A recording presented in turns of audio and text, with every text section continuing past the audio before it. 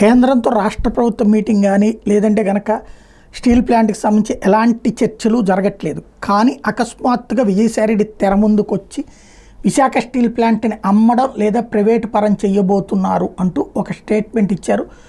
ప్రభుత్వం అడ్డుకోలేకపోతుంది, ఎన్డీఏలో భాగస్వామిగా ఉన్నటువంటి చంద్రబాబు నాయుడు మద్దతు ఉపసంహరించుకోవాలి దమ్ముంటే, లేకపోతే ప్రజలతో పోరాటాలు చేస్తామని ప్రకటించారు. దానికి రీజన్ ఎవరు చెప్పారు ఈయనకంటే, ఆయన చెప్తున్నటువంటి పాయింట్ ఏంటయ్యా అంటే బ్లాస్ట్ ఫర్నెస్ 3ని నిలిపివేయడం అన్నటువంటిది స్టీల్ ఫ్యాక్టరీలో ఉద్యోగుల గొంతు కోయడమే అన్నట్టు. వాస్తవంగా వైసీపీ హయాంలో కూడా ఆ బ్లాస్ట్ ఫర్నెస్ క్లోజ్గానే ఉంది, పని చెయ్యాల. అప్పట్లో జిందాలో ఎవరో మేము ఇంత డబ్బులు ఇస్తాం, దాంట్లో తయారు చేసే వెరైటీ అంతా మాకే ఇవ్వాలి అని అడిగి ఒప్పందం కుదుర్చుకుని చేసుకొచ్చారు. ఇప్పుడు వాళ్ళు వెనక్కి వెళ్ళిపోయారా? ఇక్కడ అసలు డౌట్ అనమాట.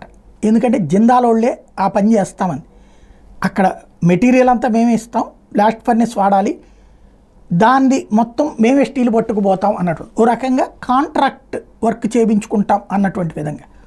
ఇప్పుడు అది ఆగిపోయిందా? అది ఆగడం అంటే జిందాల్ మీద ఇప్పుడు తాజాగా కేసులు పెడుతున్నారు కాబట్టి, ఈ జిత్యాని కేసు తెచ్చారు కాబట్టి దాని మీద కోపంతో జిందాల్ వెనక్కి వెళ్ళాడా? జిందాల్ ఇక్కడ ఒకటి, తర్వాతన మన కడప స్టీల్ ప్లాంట్ది ఒకటి, వైజాగ్ దగ్గర ఇంకోటి, ఈ 3 కూడా జిందాల్ది అనుకున్నది. ఇప్పుడు వెనక్కి వెళ్ళాడా? అందుకని ఆగిపోతుందా? ఇక్కడ కనుక బ్లాస్ట్ ఫర్నెస్ 3 వాడకపోతే అంటే టోటల్గా స్టీల్ ప్లాంట్కి కావాల్సినటువంటి రా మెటీరియల్ ఇంతవరకు ఏం తేలలేదు. కాంగ్రెస్ టైంలో ఇవ్వలేదు, బీజేపీ టైంలో ఇవ్వలేదు, ఎవరి టైంలో ఇవ్వలేదు. దాని సమస్యకి పరిష్కరించే ప్రయత్నం చేయట్లేదు. ఎవరికి వాళ్ళు మాత్రం నష్టాల గురించి విమర్శలు, రాజకీయం వాడుకుంటున్నారు. అసలు ఏంటి స్టీల్ ప్లాంట్ అన్నది మొన్న మధ్యన కుమారస్వామి, అట్లాగే మన భూపతి వర్మ గారు ఎవరైతే ప్రస్తుతం గోదావరి జిల్లాలో ఉన్నటువంటి కేంద్ర మంత్రి, వీళ్ళిద్దరు చూసి వచ్చారు. దీని మీద ఏ స్పష్టత, అప్పట్లో అయితే కాపాడడానికే ప్రయత్నిస్తున్నామన్నారు.